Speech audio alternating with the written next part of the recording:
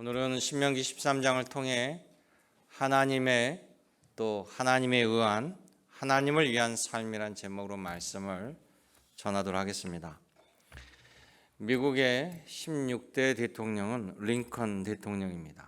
그가 게티스버그의 연설을 통해 그 민주주의에 대해서 아주 유명한 연설을 합니다.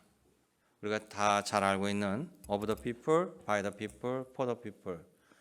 거기에는 government of the people, government by the people, government for the people 이라고 합니다. 즉 민주주의 정부는 국민들에 의한 정부이고 국민에 의한 정부이고 국민을 위한 정부라는 겁니다. 이 말은 국민이 직접 선출한 대통령이 정부를 구성하고 국민이 부여한 권력을 이 대통령은 국민을 위해 쓰기 위하여 장관들을 세우고 정부를 조직합니다.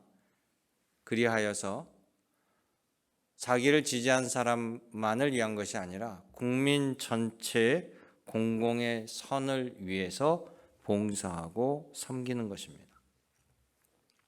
이게 바로 민주주의의 근본입니다. 이것을 우리의 신앙에 빗대어 보면 우리의 모든 권력은 하나님께 나오고요. 우리의 모든 생명도 하나님으로부터 주어집니다. 우리들 모두 하나님을 위한 삶을 살고 우리들의 삶의 기준 모두가 하나님의 말씀에서 나온다는 것이에요. 우리는 이것을 잊어버리면 안 됩니다. 이것이 바로 우리의 신앙의 근본입니다. 우리가 그 근본을 잃어버리면 우리는 헛된 인생이고 주객이 전도되는 잘못된 인생을 살아가는 겁니다. 그래서 여러분 모두가 하나님이 기뻐하시는 삶과 내가 살아가는 내 삶이 일치되시기를 주님의 이름으로 간구드립니다. 오늘 이 말씀을 염두에 두고 설교 말씀을 잘 들어보시길 바랍니다. 그래서 성령님의 지혜가 여러분 심령에 항상 함께하기를 주님의 이름으로 축복합니다. 그래서 신앙을 가진 우리들은요, 항상 나는 누구인가? 나는 왜 이 자리에 있는가? 나는 누구를 믿는가? 여러분들이 교회 와서 예배 자리에서, 기도의 자리에서 늘 이 질문을 되새겨야 됩니다. 신명기 13장은 이 사실을 우리에게 다시금 되새겨 주는 거예요. 신명기 13장의 핵심이에요. 신명기 13장 첫째는 우리의 신앙은 하나님을 알고 하나님의 은혜를 인정하고 하나님께 감사하고 하나님을 떠나지 않는 삶입니다. 우리가 이 시간 여기에 모여있는 이유가 뭘까요? 우리 모두 다 하나님을 창조주로 믿는 사람이에요. 그리고 난리에 예수께서 구세주로 오셔서 십자가의 죽으심으로 나에게 영생과 구원을 허락하신 바로 나의 구세주임을 믿는 사람들입니다. 그래서 우리는 바로 내 아버지 하나님 존전에 나와서 하나님께 감사하고 예수님의 이름으로 하나님께 예배드립니다. 이게 바로 우리의 신앙생활이에요. 이것이 바로 우리의 교회 생활입니다. 또 우리는 이 시간 하나님 말씀을 듣고자 이 자리에 앉아 있고 또 예수님의 가르침대로 살고자 말씀을 듣습니다. 여러분 모두는 전도를 통해서 예수님을 알게 됐어요. 물론 모태신앙자는 부모를 통해서 어렸을 때부터 내가 인식하기 전에 말씀이 주어진 거죠. 대부분은 여러분들이 여러분을 전도한 사람이 있습니다. 또 그분을 존경합니다. 그분이 전도사일 수도 있고 또 장로님일 수도 있고 권사님일 수도 있고 집사님일 수도 있고 그분이 여러분들에게 영생의 복을 알게 해주신 분이에요. 여러분을 위해서 기도해 줬고 물심양면으로 도와줬던 은인 같은 분이에요. 그래서 여러분은 그분들에게 감사함을 생각하고 그분을 배신할 수가 없습니다. 그런데 그분이 하나님을 떠납니다. 그리고 다른 신을 섬기면서 나와 함께 가자고 한다라면 여러분 어떻게 하시겠어요? 성경에 가르치면 배신은 악이라고 하잖아요. 그런데 나에게 은혜를 준 분이, 나에게 영향력을 끼쳤던 분이 그렇게 얘기한다라면 의리를 지키며 따라가야 맞겠습니까? 그런데 성경은 사람에게 충성하는 것이 아니라 하나님의 말씀에 충성하는 거예요. 그것이 바로 신앙의 근본을 지키는 겁니다. 그러니 귀인을 의지하지 말고, 호흡이 끊어지면 흙으로 돌아갈 사람을 의지하지 말고 영원하신 하나님을 의지하라 라고 성경은 이야기합니다. 여러분이 믿는 그 믿음이 무엇입니까? 여러분의 신앙으로서의 위치가 어디 있습니까? 제가 이렇게 설명하면 이게 잘 알 것 같지만 뭔지 와닿지 않을 수 있어요. 제가 아주 쉽게 설명해 드릴게요. 현재 정치에 비교하면 확 와닿을 겁니다. 자, 여러분, 대통령은 국민이 선출해서 국민을 섬기라고 대통령을 뽑았습니다. 그래서 국민을 주권자라고 하죠. 우리가 하나님을 주인이라고 하듯이 국민이 주권자예요. 그래서 뽑힌 대통령은 국민을 위해서 잘 섬기고 자기가 이런 정책을 가지고 국민들을 잘 섬기겠습니다 했기 때문에 그 정부에서 일할 수 있는 구성원으로 장관들, 관료들을 임명합니다. 그러면 장관은 국민이 선출한 것이 아니라 대통령이 임명했지만 국민이 뽑은 대통령이 자신을 임명하여서 함께 국민을 위해서 일하자고 뽑은 거예요. 그러니 장관과 관료들은 물론 나를 뽑아서 이 자리에 세워준 대통령이 고마운 거죠. 은혜를 받은 거예요. 그런데 그 대통령이 국민을 배신하고 배반하고 비상계엄과 내란을 획책하여서 국민을 배신한다라면 장관은 어디에 서야 할까요? 국민의 편에 서야 될까요? 나를 뽑아준 대통령을 위해서 함께 해야 될까요? 당연히 국민의 편에 서야 됩니다. 대통령의 편에 서면 대통령에게 의리를 지키는 것 같지만 전체를 보지 못하는 거죠. 국민을 배신하는 겁니다. 주권자인 국민을 배신한다는 것은 그는 그 자리에 있을 수 없는 거죠. 근본을 잊어버린 거예요. 그래서 나라가 시끄럽게 되고 여러분들이 지금 그 어느 때보다도 민주주의가 무엇인가, 법치주의가 무엇인가, 선출된 권력이 뭔가에 대해서 배우고 계신 거예요. 그러니까 근본을 잊어버리면 안 됩니다. 마찬가지로요. 우리는 하나님을 섬기는 것이 기준인 거예요. 이스라엘의 초대 왕으로 하나님이 사울을 왕으로 세웠어요. 그리고 그에게 지혜와 고난을 다 줬습니다. 그런데 이 사울 왕이 하나님을 배신해요. 그런데 사울 왕에게는 요나단이라는 아들이 있었어요. 하나님으로부터 왕으로 세움받았는데 사울 왕은 하나님을 배신하고 요나단 왕자를 왕으로 세우고자 합니다. 강력한 라이벌로 떠오른 다윗을 제거하고자 해요. 그런데 이 아들이 요나단이 아버지 편을 서는 것이 아니라 다윗 편에 섭니다. 요나단은 보니까 아버지가 하나님을 배신하는 거예요. 다윗은 하나님의 편에 서 있는 거예요. 그래서 죽이려고 할 때마다 요나단 왕자는 다윗 왕의 편에 섭니다. 그 사실을 알고 사울 왕이 대노하죠. 요나단을 부릅니다. 나는 너에게 왕권을 주려고 하는데 너는 어찌 다윗을 돕느냐 라고 꾸짖지만 요나단은 끝끝내 아버지의 말을 듣지 않습니다. 하나님의 말씀에 따라 순종한다라는 거예요. 그런데 나중에 결국 다윗이 왕이 됩니다. 그런데 이 다윗이 왕이 될 때 다윗에게는 아들이 여럿이 있는데 이 압살롬이라는 아들이요, 나중에 아버지에게 반역을 해요. 그래서 아버지와 하나님께 배신을 해버립니다.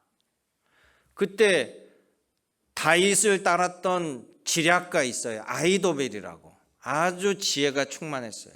하나님이 주신 지혜로 그는 다윗에게 인정받는 책략가였어요. 그런데 이 아히도벨이 압살롬 편을 가버립니다. 하나님을 배반하고 다윗 왕을 배반하고 압살롬 편에 서버린 거예요. 그래서 그 뛰어난 머리로, 그 지략으로 압살롬을 도와서 이 쿠데타를 성공하게 만든 것처럼 보였는데, 잠시 다윗이 실각을 당하는 것처럼 보였지만 이상하게 그 아히도벨의 그 지혜는, 그 책량은 하나님부터 주어지지 아니하고 그때부터 악한 지혜가 돼서 번번이 실패합니다. 압살롬의 계획은 번번이 실패하고 다윗 왕의 군대에 의해서 결국 패하게 되니까 아히도벨은 스스로 자살로 생을 마감해요. 여러분, 신앙의 근본을 잊어버리면 내가 어디서 해야 되는지, 내가 무엇을 해야 되는지 오로지 어리석음만이 남는다라는 것이에요. 주님은 요한복음 15장 6절에 예수 그리스도의 입술을 통해서 말씀합니다. 너희가 나를 떠나서는 아무것도 할 수 없느니라. 여러분, 이 말씀을 기억하시길 원해요. 하나님께 감사하며 하나님께 은혜가 갚으며 하나님께 반드시 붙어있는 주의 백성이 되시기를 주님의 이름으로 축원합니다. 두 번째, 신명기 13장을 보면 신앙의 근본은 끝까지 주님의 말씀을 믿고 인내하고 어떤 유혹이라도 넘어가지 말고 물리치라는 거예요.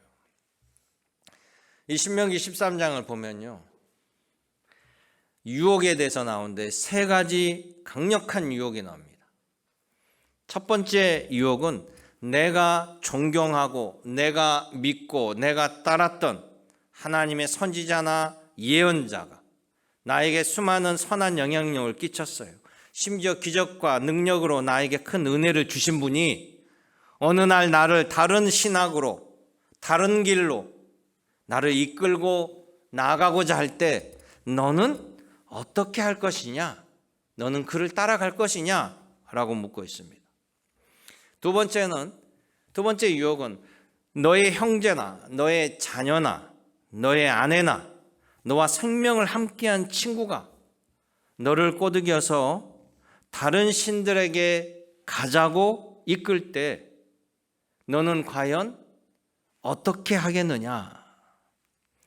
첫 번째, 두 번째 다 매우 거절하기 힘든 유혹이에요. 세 번째는 어떤 특별한 사람이 나타나서 새로운 종교를 이끕니다. 엄청난 세력이 됩니다. 그러면서 그 사람이 이끄는 종교가 시대의 대세가 돼요.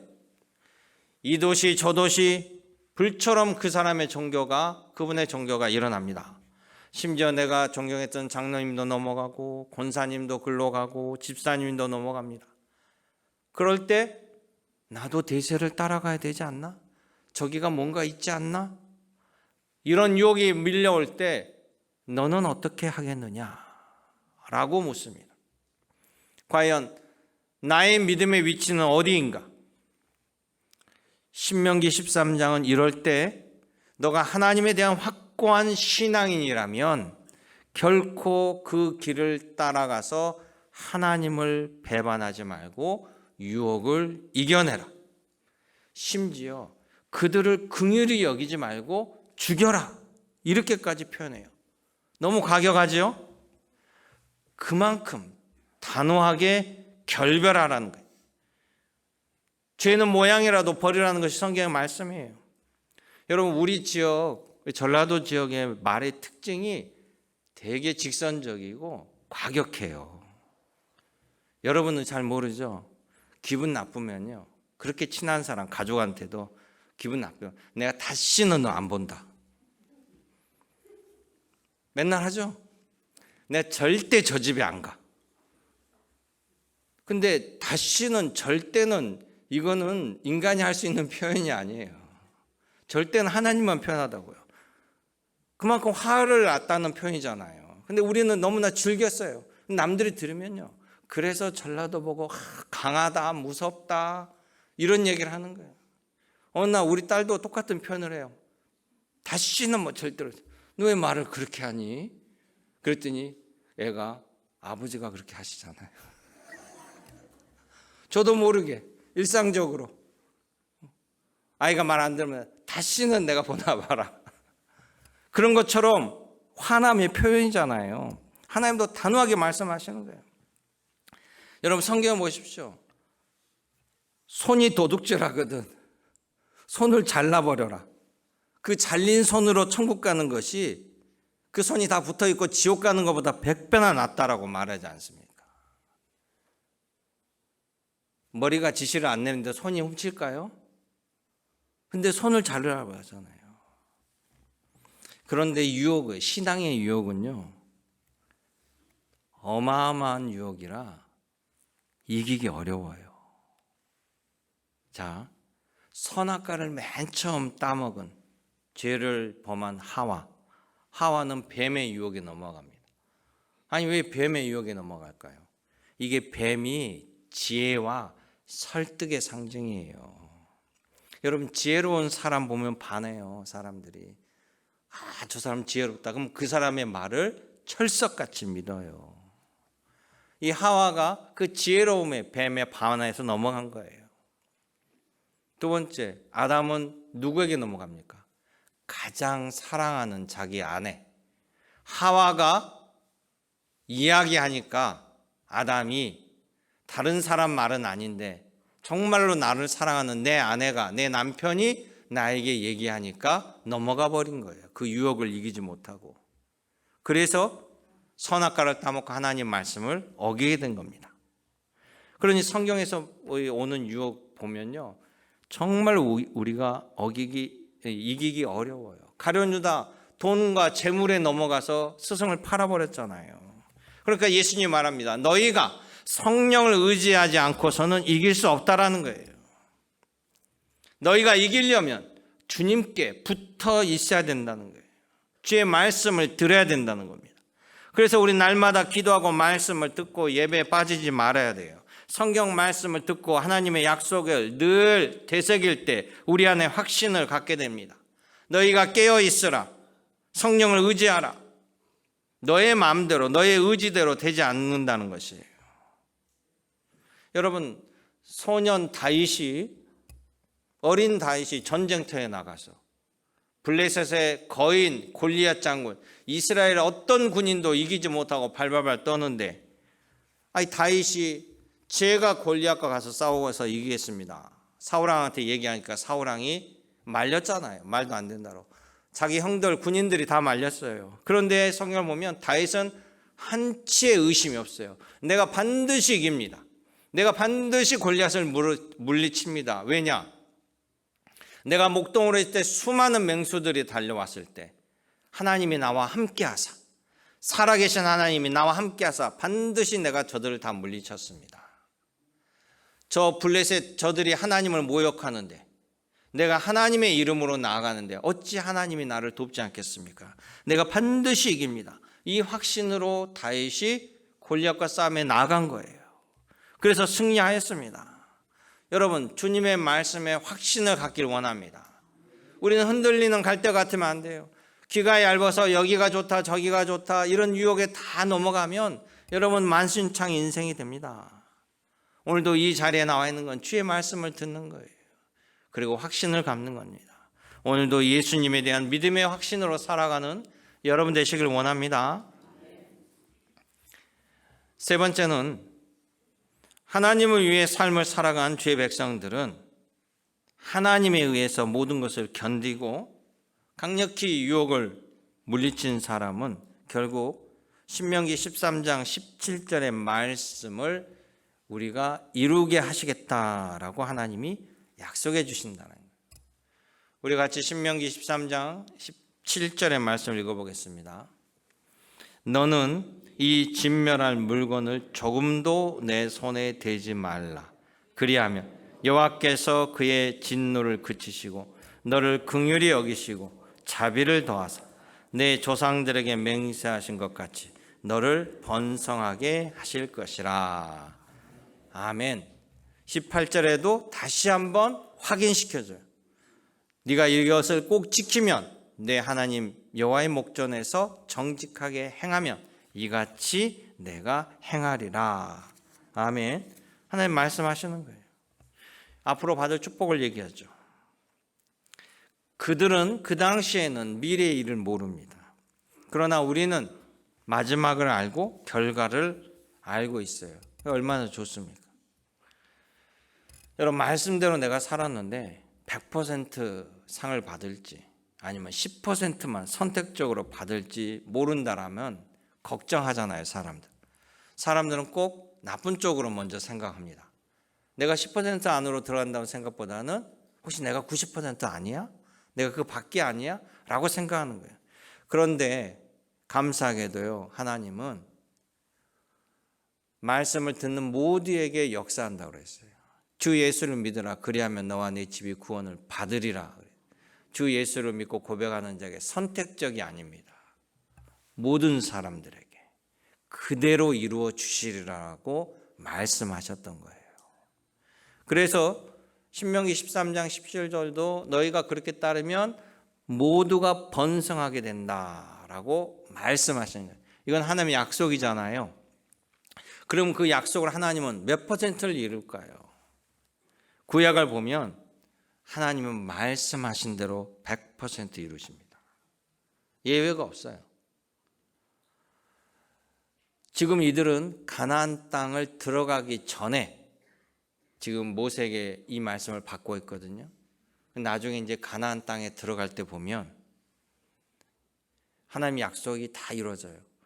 자, 가나안 땅에 들어가려고 했더니 큰 강이 가로막고 있어요. 그 요단강이라고 하는데 이 요단강을 건너야 되는데 요단강이 그냥 건널 수 있는 강이 아니라 급한 물살로 한 2m가 넘는 물이 흘러가는 요단강이에요. 그 당시에 다리도 없는 시대입니다. 이 강 속을 헤쳐가야 되는데 남녀노소 600만 명이 넘어요. 거기에 수많은 장비들도 있죠. 그리고 가축들도 있어요. 어떻게 들어가야 됩니까?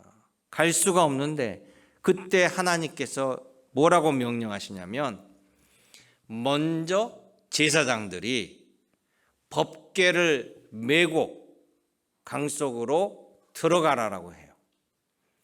지도자인 제사장들에게 하나님의 말씀이 담겨있는 법궤를 들고 발을 내딛고 들어가라고 합니다. 근데 눈에 보이는 건 두렵지 않겠어요? 키가 넘고 헐쩍 넘는 물속으로 유속도 빠르고 돌을 던져봐도 흔적도 없이 흘러가 버리는데 글로 들어가라는 거예요. 말씀에 확신이 없이는 들어갈 수 없어요. 두려움은 못 들어갑니다. 그런데 제사장들이 하나님 말씀대로 법궤를 메고 강에 발을 딱 내딛기 시작하니까 놀랍게도 하나님 말씀하신 대로 물이 줄어들기 시작해요. 그래서 제사장이 들어가니까 물이 완전히 줄어들고 제사장은 건너면서 그것을 기념하고자 돌 12개를 취해서 기념비로 세우죠. 그리고 백성들이 물이 바닥이 난 요단강을 다 건너갑니다. 마지막 다 건너가니까 다시 물이 불어서 원위치로 복귀되는 거예요. 놀라운 일이 벌어집니다. 그뿐만 아니에요. 요단강을 건넜다고 바로 자기네 땅이 되는 것이 아니라 그때부터 전쟁하면서 가나안 백성들을 쫓아내면서 그 땅을 차지해야 되는데 요단강을 건너자마자 가장 강성한 성을 만났는데 그게 바로 여리고 성입니다. 이들은 전쟁을 하면서 오는 전투 민족이 아니에요. 유목민처럼 피난민처럼 온 그들이 어떻게 전쟁을 합니까? 이미 여리고성은 매우 강한 성이고 정비가 잘 되어 있는데요. 그리고 옛날 전쟁은 성을 함락시켜야 돼요. 이 외적이 쳐들어오면 이 바깥에서 농사 지었던 모든 사람들이 성 안으로 딱 들어가서 성을 완전히 봉쇄하고 그때부터 버티기 작전으로 합니다. 그러니까 성을 수성하는 건 쉽지만 뚫고 들어가기가 어려워요. 그런데 이제 성이 한번 뚫리면 그건 또 속수무책이기도 하는데 어떻게 합니까? 그런데 하나님이 또 지시합니다. 너희는 매일 여리고성을 한 바퀴씩 돌아라. 그리고 제7일째에는 7번 돈 다음에 모두가 함성을 지르라. 그러면 성이 무너질 거다. 이게 하나님 말씀이에요. 그런데 전쟁을 좀 해본 장군들이 이 말을 들으면 뭐라고 하겠어요? 이게 말이 돼? 이게 전법이라고? 이렇게 생각하지 않겠어요? 그런데 그들은 하나님 말씀 그대로 따르기로 순종합니다. 매일매일 한 바퀴씩 돌고 7일째 6번째 돕니다. 아무런 일이 안 일어나요. 마지막 7번째까지 돕니다. 그때도 아무 일이 안 일어나요. 그리고 진격하면 소리를 지릅니다. 하나님 말씀처럼. 그들이 소리를 지르니까 놀랍게도 여리고성 남쪽 성벽이 무너져 내리는 거예요. 전체가 무너진 게 아니라 일부가 무너져 내립니다. 내리가 성이 무너지면서 벽이 뚫려버린 거예요. 그러니까 그 길로 이스라엘 백성들이 들어가서 성을 함락시켜버린 거예요. 할렐루야. 하나님 말씀대로 이루어진 것이었어요. 우리가 믿고 안 믿느냐는 우리의 선택에 달리는 거예요. 하나님은 하신다고 하시면 하십니다. 사람은요, 내일 일을 알 수 없어요. 사람은 내일을 모르기 때문에, 내일까지 우리가 산다는 모든 보장이 없기 때문에 장담할 수 없어요. 그러나 영원하신 하나님은 내일에 대해서 말하실 수 있고 내일의 약속을 지킬 수 있습니다. 너무나 당연한 거예요. 하나님이 하신다라면 하시는 거예요. 예수님도 부활하시고 정말 오합지졸인 제자들을 부활하신 이후에 다시 만나서 맨 처음 갈릴리에서 부르셨던 것처럼 너희가 사람을 낚는 어부가 되라, 복음을 전해라 하시면서 뭐라고 말씀하냐면 너희를 믿지 말고 성령을 의지하라. 성령님을 의지하며 성령님께서 힘을 주시고 성령께서 이루리라 라고 말해요. 그 말 듣고 제자들이 예루살렘에 모여서 열심히 기도해요. 그랬더니 10일 만에 성령이 역사합니다. 자, 사도행전 1장 8절에 보면 예수께서 제자들에게 이렇게 명령해요. 오직 성령이 너희에게 임하면, 그렇게 되면 너희가 권능을 받고 예루살렘과 온 유대와 사마리아 땅 끝까지 이르러 내 증인이 되리라 하시리라. 아멘. 그러니 성령이 역사하는 거죠. 그 말씀 그대로 그들은 성령 받습니다. 베드로가 일어나서 함께 모인 사람들, 또 몰려든 명절을 지키러 몰려든 사람들에게, 유대인들에게 예수 그리스도를 증거합니다. 예수님에 대한 설교를 하는데 3,000명이 그 말씀을 듣고 회개하는 거예요. 우리가 어찌할꼬 가슴을 치며 통회하니까 너희를 살리기 위한 예수를 너희가 죽였노라 라고 얘기합니다. 그러나 주님은 부활하셨다라고 하니까 그럼 우리가 어떻게 해야 됩니까? 할 때 주 예수를 믿으라. 그리하면 너와 네 집이 구원을 받으리라. 놀라운 말씀하신 거예요. 그들이 예수님을 영접하였습니다. 성령을 의지하고 나가니까 교회가 주의 말씀에 힘이 있고 교회가 흥황하여 세력을 얻게 되었다. 불처럼 일어나게 되었다라고 성경은 기록하고 있어요. 로마 제국은 그들의 힘으로 예수를 잡아 죽였으나 그들은 결국 기독교 국가가 되어 버렸습니다. 할렐루야. 결론입니다. 신앙의 근본, 믿음의 근본, 믿음의 자세를 늘 바로 세워야 됩니다. 우리의 정체성을 잃어버리면 안 돼요. 대통령은 누구를 위한 대통령입니까? 국민을 위하죠. 장관은 누구를 위한 장관입니까? 국민을 위한 장관이. 국회의원은 누구를 위한 국회의원입니까? 국민을 위한. 군대 장군은 누구를 위한 장군입니까? 국민을 위한 장군이에요. 그래서 of the people, by the people, for the people. 국민의 정부이고 국민에 의한 선출된 정부이고 국민을 위한 정부가 민주주의 정부이듯이 우리 모두 하나님의 백성이요, 하나님에 의한 백성이요, 하나님을 위한 백성으로 살아가야 된다는 것을 결코 잊지 마시기를 간구드립니다. 기도하겠습니다. 은혜롭고 참 좋으신 아버지 하나님, 오늘 여기까지 에베네스로 또 여호와 승리 니시의 하나님의 은총으로 우리를 구원의 길로 인도하여 주심을 감사드렸습니다. 좋은 것을 알았으니 결코 놓치거나 잃어버리지 않는 어리석은 자의 길에 가지 않도록 생명과 의의 길로 오늘도 주님만을 앙망하며 나아가는 믿음의 권속으로 인도하여 주옵소서. 언제나 함께 하신 예수님의 이름으로 기도드립나이다. 아멘.